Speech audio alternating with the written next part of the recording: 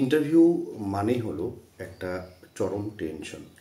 তোমরা 90 নম্বরের লিখিত পরীক্ষা দিয়েছো, আর সামনে 10 নম্বরের জন্য প্রত্যেকের কিন্তু এই মুহূর্তে সবচেয়ে বেশি টেনশনটা হচ্ছে আইসিডিএস পরীক্ষার এই যে গোটা সময়টা তার মধ্যে। দেখো, একটা জিনিস মাথায় রাখবে, তোমাদের যে লিখিত পরীক্ষার স্কোর যেটা তোমরা জানো না সেটা, এবং তোমাদের ইন্টারভিউতে প্রাপ্ত স্কোর দুটো মিলেই কিন্তু ফাইনাল মেরিট লিস্ট তৈরি করা হবে। ইন্টারভিউয়ের ক্ষেত্রে, ইন্টারভিউ কল লেটার ডাউনলোড করার ক্ষেত্রে কতগুলো নিয়ম জানা গিয়েছে। কি কি রয়েছে সেগুলো তোমাদের সঙ্গে শেয়ার করব। তার আগে বলি যে যারা অতিরিক্ত চিন্তা করছো সেটাও করার দরকার নেই। যদি লিখিত পরীক্ষা তোমাদের খুব ভালো হয়ে থাকে তাহলে কিন্তু তোমরা সিলেকশনটা পাবে, কিন্তু ইন্টারভিউটাও ভালো দিতে হবে। এবার কারো যদি লিখিত পরীক্ষাটা ভালো না হয়ে থাকে, সে যদি খুব ভালো ইন্টারভিউ দেয় তবুও কিন্তু সে চাকরিটা পাবে না। লিখিত পরীক্ষার নাম্বারটা কিন্তু একটা ভীষণ গুরুত্বপূর্ণ এই মেরিট লিস্টের ক্ষেত্রে।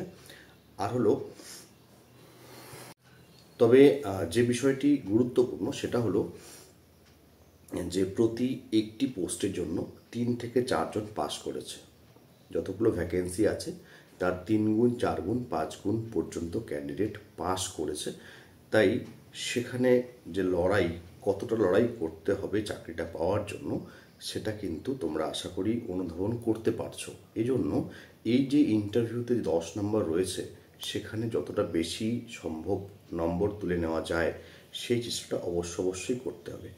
প্রচুর সিরিয়াস ক্যান্ডিডেট আমি দেখেছি যারা একদম রেজাল্টের অনেক আগের থেকেই প্রস্তুতি নিচ্ছে। তারা আমার সঙ্গে আগের থেকেই যোগাযোগ রেখেছিল, ইন্টারভিউ কীভাবে দেওয়া যায় বা কোন বিষয়গুলো পড়তে হবে সেই সমস্ত বিষয় নিয়ে তারা কিন্তু অনেক দিন আগের থেকেই ভাবছিল, কারণ তাদের লিখিত পরীক্ষাটা ভালো হয়েছিল। তারা কনফিডেন্ট ছিল নিজের বিষয়ে, তারা আত্মবিশ্বাসী যে তারা লিখিত পরীক্ষাতে পাস করবেই এবং তারা ইন্টারভিউ ফেস করবে। তাই তারা কিন্তু সেভাবেই প্রস্তুতি নিচ্ছিল। কিন্তু কিছু ক্যান্ডিডেট এখনও ইন্টারভিউর জন্য প্রস্তুতি শুরু করেনি, ফলে স্বাভাবিকভাবে তারা কিন্তু আসল লড়াইয়ে টিকে থাকতে পারবে না। তোমাদের এই যে ইন্টারভিউ শিডিউল, এটা খুব তাড়াতাড়ি করে ওয়েবসাইটে প্রকাশ হবে। আজকে অথবা আগামীকাল, এই দুদিনের মধ্যেই হচ্ছে ওয়েবসাইটে এটা প্রকাশ হয়ে যাবে। তোমাদের ওয়েবসাইটটা ফলো করতে হবে। তোমরা অবশ্যই ওয়েবসাইটটা ফলো করবে। রাত 9টা-10টা পর্যন্ত কিন্তু আপডেট আসতে পারে ওয়েবসাইটে, এটা মাথায় রাখতে হবে। কতগুলো বিষয় বলা হয়েছে যে ইন্টারভিউয়ের বিষয়ে, সেগুলো এবার বলি। The candidate are being called for interview provisionally as per enclosed schedule, subject to verification of their eligibility and suitability for the examination in all respect, including verification of original documents, that is proof of age, academic qualification. Candidates are requested to download e-admit card for interview from the official website www.coachbiharwb.in। তো বলা হয়েছে যে প্রার্থীদের যারা লিখিত পরীক্ষা দিয়েছো তাদের সমস্ত ধরনের ডকুমেন্ট চেক করা হবে, যেগুলো তোমরা হচ্ছে অ্যাপ্লিকেশনে উল্লেখ করেছো। যা যা বিষয় অ্যাপ্লিকেশনে উল্লেখ করেছো সেগুলো সবটাই চেক করা হবে। অরিজিনাল ডকুমেন্টগুলো দেখা হবে যে সব কিছু ঠিকঠাক আছে কি নয়। ঠিক না থাকলে প্রার্থীপদ বাতিল পড়বে। আর অনেকেই অ্যাডমিট কার্ড, লিখিত পরীক্ষার অ্যাডমিট কার্ডটা হারিয়ে ফেলেছো। আশা করা যায় ওয়েবসাইটেই হচ্ছে তোমাদের জন্য একটা আপডেট দিয়ে দেবে নতুন করে লিখিত পরীক্ষার অ্যাডমিট কার্ড ডাউনলোড করার। আর যদি সেটা না পাও, তোমরা অবশ্যই সিডিপিও অফিসে যোগাযোগ করবে, তারা সেখান থেকে তোমাদের হেল্প করবে। কারণ লিখিত পরীক্ষার অ্যাডমিট কার্ড ছাড়া ইন্টারভিউ দিতে পারবে না। আর ইন্টারভিউয়ের কল লেটার, সেটাও তোমাদের হচ্ছে অফিসিয়াল ওয়েবসাইট থেকে ডাউনলোড করতে হবে। সেটা কিন্তু বাড়িতে আসবে না। যে অফিসিয়াল ওয়েবসাইট রয়েছে সেটা কি www.coachbiharwb.in, যেখানে তোমরা রেজাল্ট পেয়েছিলে, যেখানে তোমরা অ্যাপ্লাই করেছিলে, সেই ওয়েবসাইটটা দিয়ে হচ্ছে এই তোমাদের ইন্টারভিউয়ের কল লেটারটা তোমরা ডাউনলোড করতে পারবে। এরপর বলা হয়েছে, if any candidate fails to produce any of the required original certificates for verification at the time of viva voce, they will not be interviewed by the commission. এবং তাদের প্রার্থীপদ বাতিল করে দেওয়া হবে।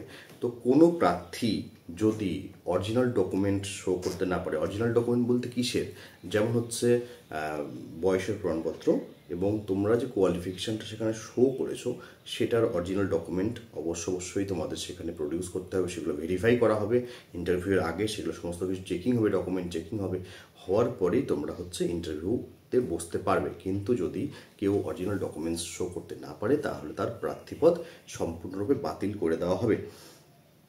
If any candidate does not appear at the time at the interview on the scheduled date and timing, her candidature will be cancelled straight away.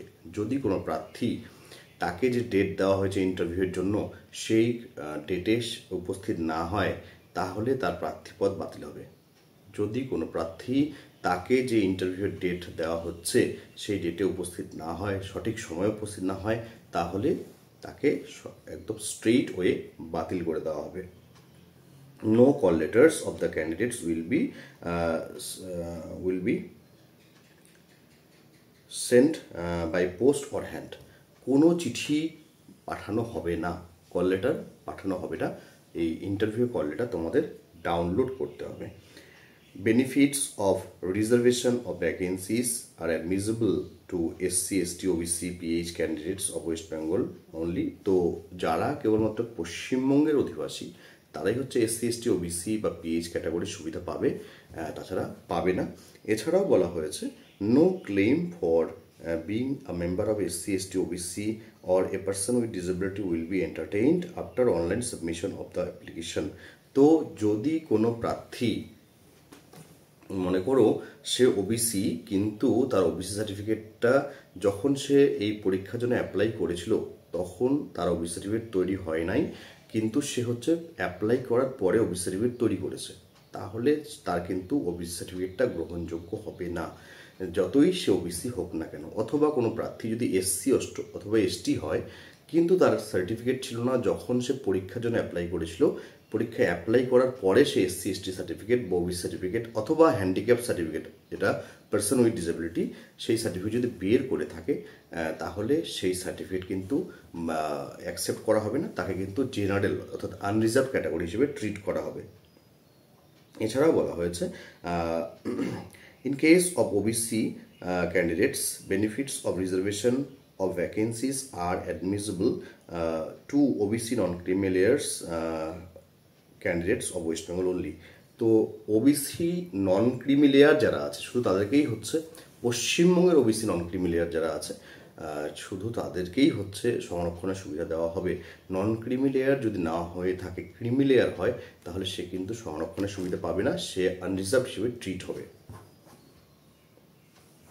আরও একটা কথা বলা আছে at any stage if any stage even after issue of letter of appointment a candidate তো যেটা বলা আছে যাই হোক, যে যদি দেখা যায় একজন প্রার্থী চাকরি পাওয়ার পরেও যদি কখনো প্রমাণিত হয় যে তার সে আর কি পরীক্ষার জন্য যা যা দরকার ছিল তার কোনোটিতে সে হচ্ছে সেই ক্রাইটেরিয়া ফুলফিল করতে পারেনি, কিন্তু সেটা হয়তো ইন্টারভিউর সময় সেটা তো যারা ইন্টারভিউ নিচ্ছেন বা ডকুমেন্ট ভেরিফিকেশন করছেন চোখে পড়েনি, কিন্তু পরবর্তীতে জানা গিয়েছে, তাহলে সেরকম ক্যান্ডিডেট যার হচ্ছে রিকোয়ারমেন্ট ফুলফিল হয় না, এলিজিবিলিটি ফুলফিল হয় না, তার কিন্তু চাকরি পাওয়ার পরে চাকরিটা চলে যেতে পারে।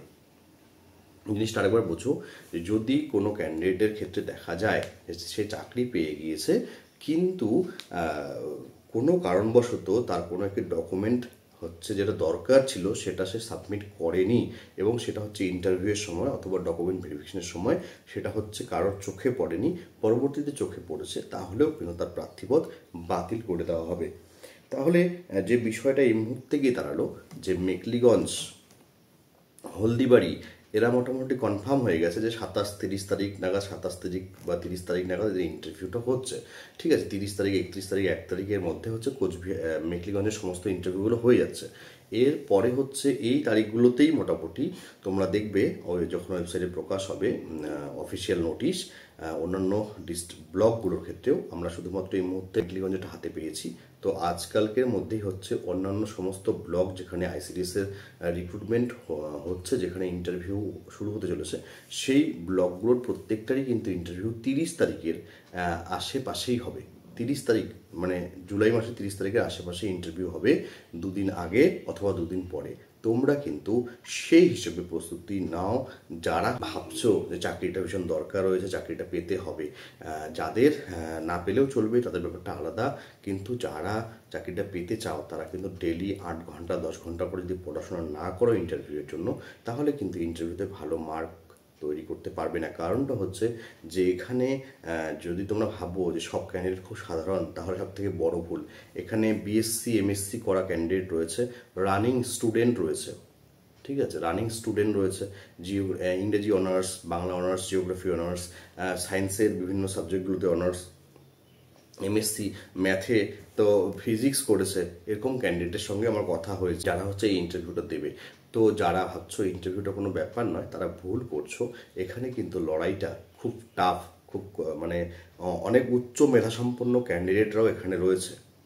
তো সেজন্য এটাকে সেরকম সিরিয়াসলি নেওয়াটা ভীষণ দরকারি। এই ছিল এই মুহূর্তের ইন্টারভিউর টিপস। তোমাদের সঙ্গে আবার এভাবেই হচ্ছে আমি অন্যান্য বিষয়গুলো শেয়ার করব। তোমরা অবশ্যই ভিডিওতে আমার চ্যানেলে বাকি ভিডিওগুলো অবশ্যই দেখবে। ধন্যবাদ।